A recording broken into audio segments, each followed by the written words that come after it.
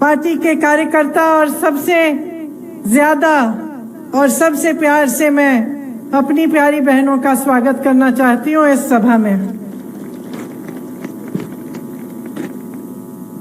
आप सब सचमुच मेरी बहनें हैं। मेरी शादी एक पंजाबी परिवार में हुई है और मुझे बहुत गर्व है कि मेरे बच्चों में पंजाबी खून है। देखिए, मेरी तरह आपके पास भी 20-21 साल की बेटियां होंगी। अब बेटी से कोई शादी करने आता है या कोई हाथ मांगने आता है तो सबसे पहले माँ क्या सोचती है? क्या सोचती है? लड़का अच्छा दिखता है, ठीक है, लेकिन सबसे पहले तो हम लड़के की नीयत देखते हैं। सच है कि नहीं है? नीयत खोटी है, नीयत ठीक नहीं है तो कभी कराएंगे अपनी बेटी से। सही बात है कि नहीं है? तो हम पहचान लेते हैं कि किसकी नीयत क्या है। ये मेरे ख्याल से माओ की खासियत है। एकदम हम देख लेते हैं कि अच्छा है, लड़का है, ठीक है या नहीं है, एकदम पता चल जाता है। सही बात है कि नहीं? इसी तरह से राजनीति में भी नीयत पहचानने की बहुत ज्यादा जरूरत होती है। सबसे तेज महिलाएं होती हैं, हम जान जाते हैं। तो जो आपके सामने मंच पे बैठा है, एकदम से आप जान जाओगे कि किसकी नीयत सही है, किसकी नीयत सही नहीं है कि नहीं? तो जो राजनीति आपके प्रदेश में चल रही है उसकी नीयत को पहचानिए। सीधी सी बात मैं आपसे कहना चाहती हूँ। यह सच है, 5 साल हमारी सरकार चली और 5 सालों के लिए काम भी हुआ, लेकिन कहीं पे बीच में पता चला कि सरकार की नीयत बदल रही है। सरकार पंजाबियत की बात नहीं कर रही है। खुद हमें अपनी सरकार के बारे में एहसास हुआ कि कुछ ठीक नहीं है। वो हमने बदला। क्यों बदला? क्योंकि हम जानते हैं कि पंजाबियों के लिए पंजाबियत से बढ़कर कुछ नहीं है। अगर हमारी सरकार किसी और के कहने पे चल रही थी, पंजाब से बाहर किसी भाजपा की सरकार के कहने पे चल रही थी, उसके साथ कुछ साठ-गांठ थी, तो उसे बदलना बहुत ही ज्यादा जरूरी था। तो हमने बदला। चन्नी जी आए और मैं आपको दावे के साथ कह सकती हूं कि इस पूरे देश में कोई ऐसी सरकार नहीं है जिसने 111 दिन में इतना काम किया हो जितनी उनकी सरकार ने की। मेरे पास एक पूरी सूची है यहाँ कि 111 दिन में चन्नी जी ने क्या क्या नहीं किया। चन्नी जी ने 6,400 करोड़ के किसान के कर्ज माफ कर दिए, 1,500 करोड़ बिजली के बिल माफ किए, किसानों को मुफ्त बिजली दिलाई, बिजली के रेट 3 रुपए पर यूनिट तक ले आए, नीचे लाए, औद्योगिक बिजली का रेट 5 रुपए यूनिट तक ले आए, पानी के दाम ग्रामीण इलाकों में घटकर 50 रुपए प्रति माह के हो गए। शहरों में जो वाटर सप्लाई है, जो सुएज है, 700 करोड़ के बिजली के बिल उसके लिए भी माफ किए। आप सोच सकते हैं कि एक सरकार ने 111 दिन में कितना काम कर डाला। गौशालाओं में बिजली मुफ्त की, पेट्रोल डीजल के दाम घटाए, 3.5 लाख कंस्ट्रक्शन के जो श्रमिक हैं उनको 3,100 रुपए दिलवाए, दलित और पिछड़े वर्ग के लिए 60 करोड़ के कर्ज माफ किए, गरीब से गरीब परिवारों के लिए 200 यूनिट बिजली फ्री दिलवाई, अपनी रसोइया बहनों के लिए मानदेय को 3,000 रुपए तक बढ़ाया, 12 महीनों का मानदेय दिया जबकि पहले 10 दिन का था, 33% सरकारी नौकरियों में महिलाओं के लिए आरक्षण करने जा रहे हैं। तो इतने सारे काम 111 दिन में चन्नी जी ने कराए। इसका मतलब क्या है? कि उनकी नीयत ठीक है। आप पहचान रहे हैं, वो आप में से उभरे हैं, गांव के हैं, गरीब परिवार के हैं, वो आपकी सारी बातें अच्छी तरह से समझते हैं। और सबसे बड़ी बात वो ये समझते हैं कि पंजाबियों ने कभी किसी के सामने सर नहीं झुकाया, कभी नहीं झुकाया। तो वो एक ऐसी सरकार कभी नहीं चला सकते जो किसी और के आगे अपना सर झुकाए। अब आप देखिए कि आपके सामने आम आदमी पार्टी वाले आए हैं, यहां से उनके एक बड़े नेता भी चुनाव लड़ रहे हैं। आपके सामने आकर बड़ी बड़ी घोषणाएं होती हैं, विज्ञापनों में दिखता है कि दिल्ली में दिल्ली सरकार ने एक नई राजनीति की है, किस तरह से विकास किया है। लेकिन सच्चाई नहीं है ये। हम सब मैं दिल्ली की रहने वाली हूँ, मैं आपको बता सकती हूँ, आप दिल्ली जाके देखिए, विज्ञापनों पर 200 करोड़ रुपए कोरोना के समय खर्चे। और कोरोना के समय जिस तरह से लोग मर रहे थे, ऑक्सीजन नहीं था, अस्पताल में बेड्स नहीं थे, किसी की मदद नहीं थी, उसके बारे में कौन बोलता है? मीडिया, विज्ञापन में सच्चाई नहीं दिखती आपको। तो आजकल आपको बहुत सतर्क रहने की जरूरत है, आपके सामने क्या क्या कहते हैं।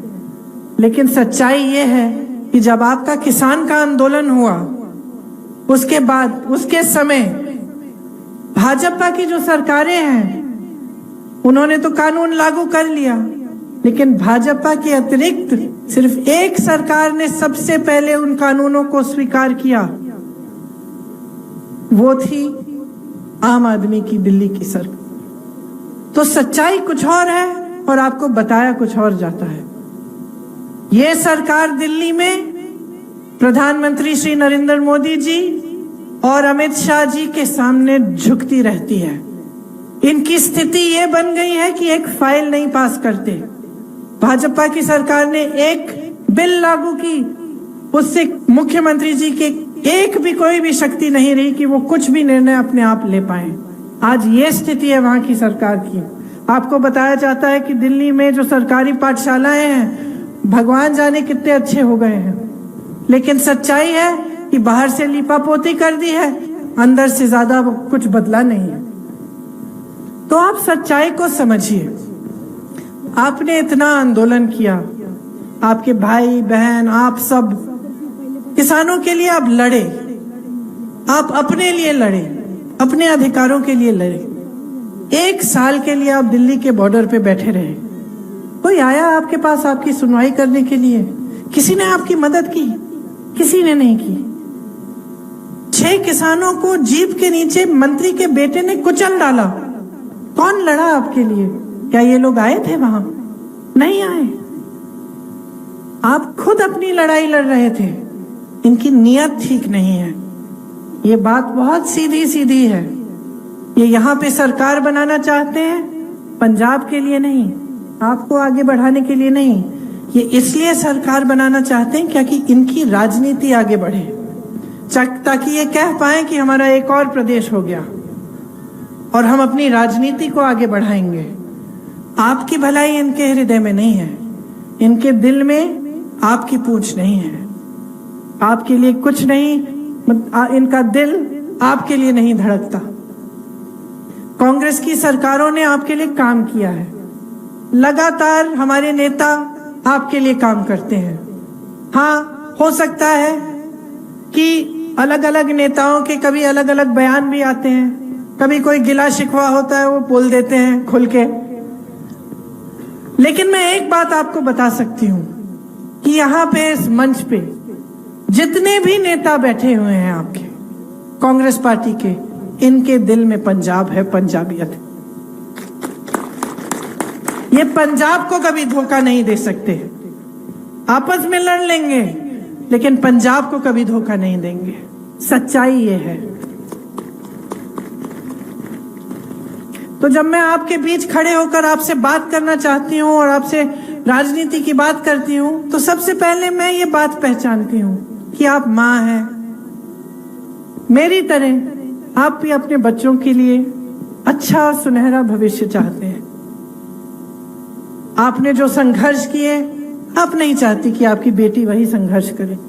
आप चाहते हैं कि वो शिक्षित बने, अपने पैरों पे खड़े हो, अपने परिवार की सुरक्षा करे, अपने परिवार के लिए काम करे, कमाई करे। इसी तरह से आप चाहते हैं कि आपके बेटे अपने पैरों पे खड़े हों, उनका विकास चाहते हैं। आज सबसे बड़ी समस्या जो पंजाब में है वो रोजगार ही है। महंगाई और रोजगार। तो आपको एक ऐसी सरकार चाहिए जो आपके लिए रोजगार बनाए, आपके बच्चों को अपने पैरों पे खड़ा होने के लिए मजबूत बनाए। जब हम बहनों की बात करते हैं, बेटियों की बात करते हैं, महिलाओं की बात करते हैं, तो हाँ, हम 8 सिलेंडर देने की बात कर रहे हैं, मगर सिर्फ ये बात नहीं कर रहे हैं। हम ये भी कह रहे हैं कि सरकारी रोजगार महिलाओं को भी मिलेंगे। हम ये भी कह रहे हैं कि हम महिलाओं को सशक्त कैसे करेंगे, आपको रोजगार कैसे देंगे, आपके लिए शिक्षा के नए संस्थान कैसे बनाएंगे, आपको शिक्षित कैसे करेंगे, आपकी सेहत के लिए हम क्या करेंगे।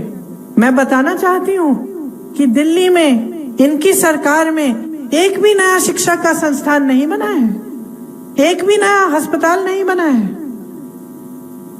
तो आप समझिए कि जितनी भी बातें आपके सामने होती हैं, उनमें से सच्चाई क्या है। 2 तरह की राजनीति होती है, मैंने पहले ही कहा। एक होती है जो सत्ता को अपने हाथों में रखने की राजनीति होती है, जो हर चीज कर लेगी, किसी भी हालत में कुछ भी हो जाए, पैसे देकर, सौदा करके, कुछ भी करके अपनी सत्ता अपने हाथों में रखना चाहती है, उसके लिए कुछ भी कर डालेंगे। और एक दूसरी राजनीति होती है जो सेवा की राजनीति होती है, जैसे आपकी पंजाबियत है जिसमें सेवा सर्वोपरि है, उसी तरह से एक राजनीति भी है जिसमें सबसे महत्वपूर्ण चीज, सबसे अहम चीज, सबसे बड़ा धर्म सेवा होता है। और वो राजनीति हम आपके सामने निभाना चाहते हैं, वो सेवा का धर्म हम आपके सामने निभाना चाहते हैं। हम आपके जज्बातों से खेलना नहीं चाहते, हम आपके सामने खड़े होकर झूठ नहीं बोलना चाहते, बड़ी बड़ी घोषणाएं नहीं करना चाहते जो हम रख नहीं पाएंगे। जो घोषणाएं हम कर रहे हैं उन्हें हम पूरा करना चाहते हैं। हम आपसे अगर वोट मांग रहे हैं तो सच्चाई के आधार पर मांग रहे हैं, अपने अनुभव के आधार पर मांगने हैं। जो हमारी कांग्रेस की सरकारें हैं वो सरकार चलाना जानती हैं, उन्होंने विकास किया है, उनमें अनुभव है। इसीलिए जब आपसे समर्थन मांगते हैं हम, और जब आपके सामने हम गोल्डी जी जैसे प्रत्याशी खड़े करते हैं, तो हम दावे के साथ कह सकते हैं कि दोनों गोल्डी जी और आपका नाम क्या है, और सिमरत जी, दोनों आपके लिए दिन रात काम करेंगे। यहाँ सिमरत,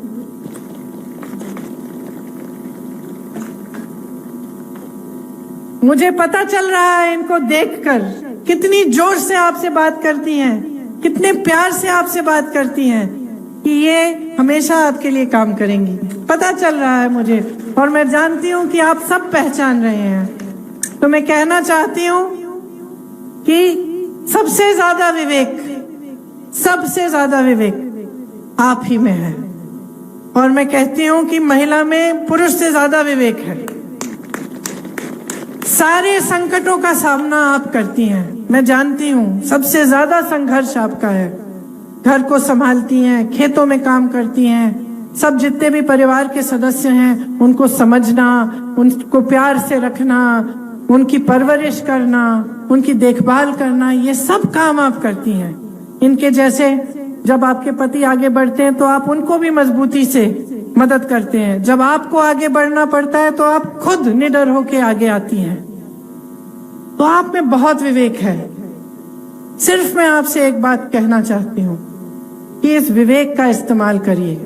जो आप वोट डालने जा रही हैं ना, ये आपके भविष्य का वोट है, आपके बच्चों के भविष्य का वोट है।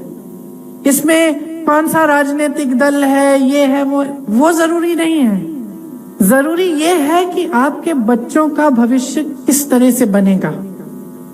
और जब आप उसके बारे में सोचेंगे तो आपको पता चलेगा कि एक सच्चाई की जो राजनीति है वही आपके बच्चों के भविष्य को मजबूत बनाएगी, क्योंकि वही राजनीति आपके लिए पूरी तरह से काम करेगी, आपकी सेवा करेगी। इसीलिए जब आप सब पार्टियों को देखेंगे तो सिर्फ और सिर्फ आपके मन में कांग्रेस आएगी, क्योंकि आप जानते हैं कि कांग्रेस के नेताओं ने इस देश के लिए अपना खून बहाया है। आप जानते हैं कि कांग्रेस के नेता दिन रात आपके लिए काम करेंगे। तो यहाँ एक नई सरकार आएगी, एक नई राजनीति आएगी, तो वो सिर्फ और सिर्फ कांग्रेस में से उभर के आएगी। जो आपको कहता है कि बाहर से, दिल्ली से कोई नई सरकार यहां आएगी, वो सही नहीं कह रहा है। आप अपना मन बना लीजिए, यहां सरकार कांग्रेस की बनाइए, ताकि जितनी भी अच्छी अच्छी योजनाएं हैं आपके लिए रोजगार, आपके लिए, आपको मजबूत बनाने की योजनाएं, आपकी सशक्तिकरण की योजनाएं, आपकी भलाई के लिए, शिक्षा के लिए, सेहत के लिए, उन सब को बनाने के लिए और सबको अच्छी तरह से लागू करने के लिए हमें एक मौका दीजिए। यही मैं पूछने आई थी और कहने आई थी आपसे कि ये चुनाव आपका चुनाव है, आपके भविष्य का चुनाव है, आपकी पंजाबियत का चुनाव है। इसको बचा के रखिए, सुरक्षित रखिए और अपने भविष्य को मजबूत बनाइए। जब आप चन्नी जी को और हमारे अनेक नेताओं को और प्रत्याशियों को अपना वोट देंगे, तो आप पंजाब को अपना वोट दे रहे हैं, पंजाब को आगे बढ़ा रहे हैं। आप सबको बहुत बहुत धन्यवाद। आपने बहुत ध्यान से मेरी बातें सुनी। आशा है कि जब आप वोट करने जाएंगे तब भी मेरी बातें आपको याद आएंगी और आप सही निर्णय अपने ही विवेक से लेंगी, ताकि यहाँ पे जो सरकार बने वो आपके लिए काम कर पाए। आप सबको बहुत बहुत धन्यवाद। जय हिंद।